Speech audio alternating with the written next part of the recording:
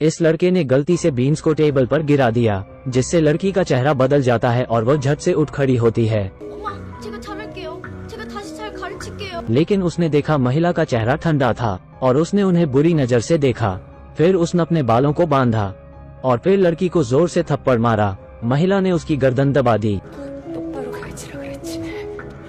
इस लड़की का नाम शियामी है और चूंकि उसकी मां का देहांत जल्दी हो गया था और उसके पिताजी काम के सिलसिले में अक्सर घर से बाहर रहते हैं, उसने अपने छोटे भाई की देखभाल की जिम्मेदारी ली। पिताजी इस दिन एक महिला को अपने साथ लाते हैं। जीसस बहन और भाई बहुत खुश होते हैं क्योंकि अब उनकी भी एक माँ होगी। शुरू में सौतेली माँ उन पर बहुत मेहरबान थी, लेकिन ये लंबे समय तक नहीं रहा। जब ये भाई बहन खा रहे होते हैं तो भाई चॉपस्टिक का उपयोग नहीं कर पाता और वो मेज पर खाना गिरा देता है। शुरुआत में सौतेली माँ ने अपने चेहरे पर मुस्कान के साथ उस याद दिलाया, लेकिन बच्चे ने फिर भी ऐसा करना बंद नहीं किया। इस बार सौतेली माँ को गुस्सा आता है और वो अपनी चॉपस्टिक्स नीचे रख देती है। फिर ठंडे भाव से उसने बालों की टाई निकाली और बालों को बांध लिया। और फिर इसके बाद जब फिर छोटा भाई गलती से खाना गिरा देता है तो भाई बहनों को उससे बहुत भय लगता है। फिर सौतेली माँ अपने बाल बांध लेती है। वो भाई बहनों को जहर देना चाहती है। इसे सहन करने में असमर्थ जियोमी मदद के लिए पुलिस स्टेशन जाती है, लेकिन उसे उम्मीद नहीं थी कि पुलिस इसे नजरअंदाज करेगी और उसे बाल संरक्षण के हवाले कर दिया गया। फिर कर्मचारी लड़की को घर ले जाता है और कर्मचारी को देखते ही सौतेली माँ ने तुरंत अपना चेहरा बदल लिया और उसने लड़की का अभिवादन किया। फिर आदमी महिला से इस बारे में बात करता है, लेकिन सौतेली माँ ने सिर्फ इतना कहा कि लड़की झूठ बोल रही थी। और फिर उनके जाने के बाद लड़की को उसकी सौतेली माँ ने घुटने टेकने और हाथ ऊपर उठाने का आदेश दिया। फिर सौतेली माँ उसे घसीटते हुए शौचालय में ले गई और फिर भाई ने अपनी बहन को अगले दरवाजे से चिल्लाते हुए सुना। भाई ने अपने कान ढक लिए और वह कांपने लगा। फिर शाम को सौतेली माँ ने पापा को बताया कि आज क्या हुआ है, लेकिन पिताजी ने कहा जब तक डीएस नहीं आता है अन्यथा आपको सहायता प्राप्त नहीं होगी। अगले दिन शियामी मदद के लिए अपने शिक्षक के पास जाती है और शिक्षिका ने उसके गले पर निशान देखा और उसने लड़की के बोलने का इंतजार नहीं किया और उसने कहा कि उसे कुछ काम है और वह चली जाती है। फिर इनके के पास कोई विकल्प नहीं होता है और फिर उन्होंने बाल कल्याण एजेंसी से भी सहायता मांगी। आदमी ने शियामी का अभिवादन करने के लिए अपना हाथ बढ़ाया, लेकिन वो डर से कांप रही होती है। आह जेंग देखता है कि लड़की में कुछ अलग है, इसलिए वो अपने भाई बहनों को हैमबर्गर खाने के लिए ले जाता है। भाई ने अपनी बहन को हैमबर्गर खाते हुए देखा और वह उसे देखकर बहुत डर जाता है। मेरी बहन खतरे में है और वह आ रही है। इससे वो हैरान हो जाता है। उसे समझ नहीं आ रहा था कि भाई ऐसा व्यवहार क्यों कर रहा है। फिर नए प्यार के कुछ दिनों बाद आह जेंग उन्हें चिड़ियाघर ले जाता है। फिर आह जेंग को आज एक फोन आता है। उसे एक कानूनी फर्म में भर्ती का मौका मिलता है, लेकिन भाई बहन बहुत अनिच्छुक होते हैं। फिर उन्हें घर भेजते समय आह जेंग ने लड़की को कुछ पैसे दिए। उसने अगली बार हैमबर्गर के लिए उसे बाहर ले जाने का वादा किया और भाई को कार में आलीशान खिलौने दिए। फिर जाने से पहले लड़की ने आह जेंग से उसका बिजनेस कार्ड मांगा। फिर भाई बहन आज घर आ जाते हैं और यह बिजनेस कार्ड सौतेली माँ को मिला जाता है और उसे शक है कि लड़की उसे फिर से रिपोर्ट कर रही है, इसलिए वो फिर से हेडबैंड उतारती है और लड़की को शौचालय में घसीट ले जाती है और बहुत मारती है। और फिर अगले दिन लड़की क्लास में अचानक बेहोश हो जाती है और उसके कानों से खून निकालने लगता है। ये पता चला कि कान का पर्दा सौतेली माँ द्वारा छिद्रित किया गया था। शिक्षिका ने आह जेंग से संपर्क किया और अस्पताल आ गई। फिर वो बिस्तर पर लेटी हुई लड़की को देखता है। तभी उसे एहसास हुआ कि लड़की ने जो कहा वो सच था। फिर आह जेंग ने मदद के लिए बाल संरक्षण एजेंसी से संपर्क किया, लेकिन बिना सबूत के कुछ भी नहीं किया जा सकता है। फिर वो सौतेली माँ को खोजने जाता है, लेकिन सौतेली माँ ने केवल इतना कहा कि लड़की खुद गिर गई थी। फिर जब आह जेंग लड़की के पिता की तलाश कर रहा था तो मेरे पिता ने कहा कि माँ का उससे कोई लेना देना नहीं है। इससे आह जेंग के पास कोई विकल्प नहीं था। फिर रात में भाई अपनी बहन को बुरे मूड में देखता है। आह जेंग ने बहन को हैमबर्गर खिलाने के लिए जो पैसा दिया था उसे उसने निकाल लेता है, लेकिन इस समय सौतेली माँ अंदर आ जाती है और वो बच्चे के हाथ में पैसा देखती है और उसने यह निष्कर्ष निकला कि लड़के ने उसके पैसे चुराए हैं। फिर लड़के ने पैसे देने से इनकार कर दिया। फिर उसे मेरी सौतेली माँ ने जमीन पर धकेल दिया था। क्या सौतेली माँ सच में इतनी शातिर है? फिर उसने बहन को पैसे दिलाने के लिए मजबूर किया और बहन ने अपने छोटे भाई के चेहरे को हल्के से थपथपाया और सौतेली माँ ने उसे बहुत कमजोर होने के लिए डांटा, लेकिन बहन ने फिर से उसे एक थप्पड़ मारा। फिर भाई बहन रोने लगते हैं। सौतेली माँ ने लड़की को बालों से पकड़ लिया और उसे एक तरफ खींच लिया और उसे फिर से पीटना शुरू किया और उसने भाई को भी जमीन पर धकेल दिया। 1 पंच, 2 पंच, 3 पंच। जियोजुन के कर्कश विलाप में सौतेली माँ ने 7 साल के बच्चे को घूंसा मार दिया। फिर नीचे दंपति के रोने की आवाज आती है, लेकिन इसे रोकने के लिए उसका ऊपर जाने का कोई इरादा नहीं होता।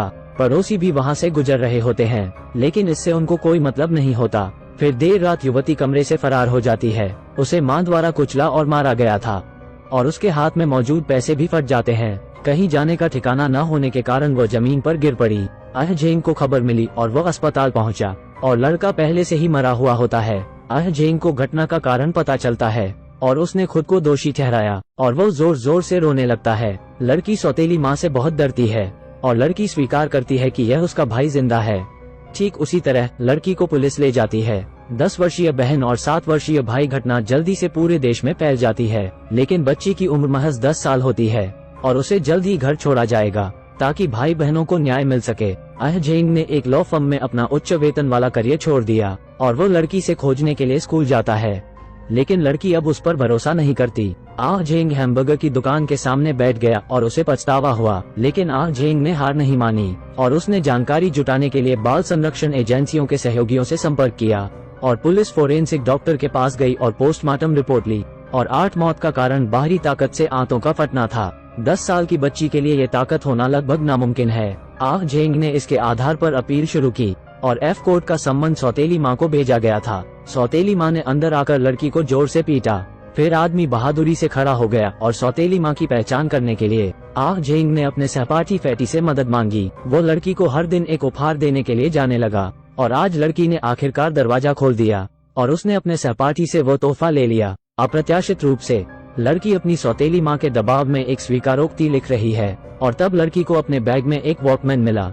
आह जेंग ने उससे जो कहा वो उसमें रिकॉर्ड किया गया था। उसने लड़की को हार न मानने के लिए कहा। बहुत से लोग अब उसकी चिंता करने लगते हैं, हर कोई उसकी मदद करने की कोशिश करत है और उसने कहा कि वो पुल पर उसका इंतजार करेगा। रिकॉर्डिंग सुनने के बाद लड़की उस आदमी को ढूंढना चाहता थी, लेकिन सौतेली माँ वापस आ जाती है और लड़की इतनी भयभीत थी कि वो जमीन पर बैठ गई। फिर सौतेली माँ ने लड़की के शरीर पर वॉकमैन देखा।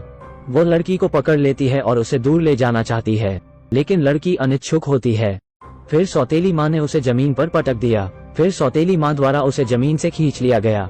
इसके बाद लड़की के मुंह पर तमाचा जड़ दिया गया। क्या आप मरना चाहते हैं? सौतेली माँ अभी भी हार मानने से इनकार करती है और लड़की के शरीर पर पैर दर पैर मारती है। फिर दरवाजे पर छिपे छोटे मोटे आदमी ने चीखें सुनी और फिर उसने आह जेंग को जल्दी से डायल किया।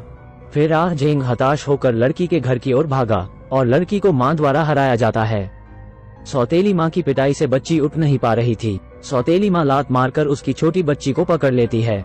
फिर लड़की वॉकमैन को वापस पाना चाहती है, लेकिन सौतेली माँ ने उसे फिर से लात मारी। फिर उसने कुर्सी उठाई और लड़की के पास जाने के लिए तैयार हो गई। सौभाग्य से आह जेंग समय पर पहुंच गया और उसने दरवाजा खोल दिया। उसने लड़की को जमीन पर पड़ा पाया और वह सौतेली माँ को रोकने के लिए आगे बढ़ा। जैसे ही वो दरवाजे में दाखिल हुआ, फिर आह जेंग ने उसे ऐसा करने के लिए डांटा। उसने लड़की को अपनी पीठ पर बिठाया और बिना कुछ कहे वहाँ से चला गया। आह जेंग उसे वापस अपने घर ले गया। अप्रत्याशित रूप से लड़की के जैविक पिता दरवाजे पर आते हैं और वो चाहता है कि आह जेंग उसकी बेटी को सौंप दे, लेकिन गुस्सैल आह जेंग की उससे बहस हो जाती है। लड़की डर जाती है और कोने में दुबक जाती है। फिर यह अदालत का दिन आता है। सौतेली माँ ने जोर देकर कहा कि यह लड़की का छोटा भाई है और वो मगरमच्छ के आंसू बहाती है और उसने कहा कि वो भविष्य में एक अच्छी माँ बनेगी। सौतेली माँ की एक्टिंग स्किल देख पिता दंग रह जाता है। चूंकि सौतेली माँ पर आरोप लगाने के लिए लड़की अदालत में पेश नहीं हुई थी, केवल अस्थायी स्थगन था। जब मामला तूल पकड़ा है, आह जेंग को अचानक उस गुड़िया का ख्याल आया जो उसने छोटे भाई को दी थी। इसमें बिल्ट इन रिकॉर्डिंग फंक्शन है। आह जेंग तुरंत कचरा निपटान संयंत्र के लिए गाड़ी चलाकर जाता है और उसे कचरे के पहाड़ों का सामना करना पड़ा। फिर दुर्गंध के बीच उसने खोजबीन की और फिर दिन से रात तक वो थक कर जमीन पर गिर पड़ा, लेकिन अभी तक उसे कोई गुड़िया नहीं मिलती है। फिर अगले दिन अदालत में लड़की ने अदालत में गवाही दी। उसे विरोधी वकीलों से पूछताछ का सामना करना पड़ रहा है। लड़की ने अपना सिर नीचे किया और कुछ नहीं कहा। जब वकील पूछता है कि क्या उसने कभी अपने छोटे भाई को प्यार किया है, तो लड़की ने उस समय के दृश्य को याद किया और वो कांपने और रोने से खुद को रोक नहीं पाई। जज ने देखा कि लड़की सवालों के जवाब देने में असमर्थ थी। उसने स्थगन का प्रस्ताव दिया। यदि आप अभी भी अगली बार नहीं बोल सकते हैं, तो वो गवाह के रूप में अयोग्य हो जाएगी। इस समय फैटी गुड़िया लेकर यहाँ आ जाता है। ये बहुत पहले नहीं निकला था। उसने देखा कि लड़की की सौतेली माँ गुड़िया को गिरा रही है, तो वो उसे उठा लेता है और वापस अदालत में वो आह जेंग को गुड़िया दे देता है। लड़की उस गुड़िया को देखती है जो उसके भाई को पसंद थी जब वह जीवित था। फिर लड़की ने उसे गले लगाया और फूट फूट कर रोने लगी। झेंग के प्रोत्साहन के साथ लड़की ने आखिरकार अपनी सौतेली मां के खिलाफ गवाही देने का साहस जुटाया। फिर विपक्ष के वकील ने प्रस्ताव रखा। झेंग ने तुरंत आवृत्ति साक्ष्य प्रदान किया और ताकि लड़की पीड़ित न हो उसे लाउंज में ले जाया गया। फिर आवृत्ति खेला जाता है और फिर एक शॉट में सौतेली माँ एक पागल औरत की तरह हो जाती है। 7 साल की उम्र में पागल मुक्के मारना और लात मारना, झकझोर देने वाली तस्वीर देखने वालों के आंसू निकाल आते हैं। और सौतेली माँ अभी भी परवाह नहीं करती है और उसे इसका कोई पछतावा नहीं है। उसे लगता है कि वो सिर्फ अपने बच्चों को शिक्षित कर रही है, यहाँ तक कि पिता भी इसे बर्दाश्त नहीं कर सकते। झेंग के आरोप के तहत सौतेली माँ धीरे धीरे उन्मत्त हो जाती है। फिर महिला को पकड़ लिया जाता है। अंत में सौतेली माँ को क्यू अपरेंटिस एक्स के रूप में 16 साल की सजा सुनाई गई। पिता ने सौतेली माँ से की सांठगांठ से 5 साल की सजा दी। फिल्म को वास्तविक घटनाओं से रूपांतरित किया गया है। हकीकत फिल्मों से कहीं ज्यादा चौंकाने वाली होती है। पेरेंटिंग एक सबक है जिसे गंभीरता से लेने की जरूरत है, लेकिन माता पिता होने के नाते परीक्षा नहीं होती। मुझे उम्मीद है कि हर बच्चा खुशी से बड़ा हो सकता है। वीडियो यही समाप्त होती है।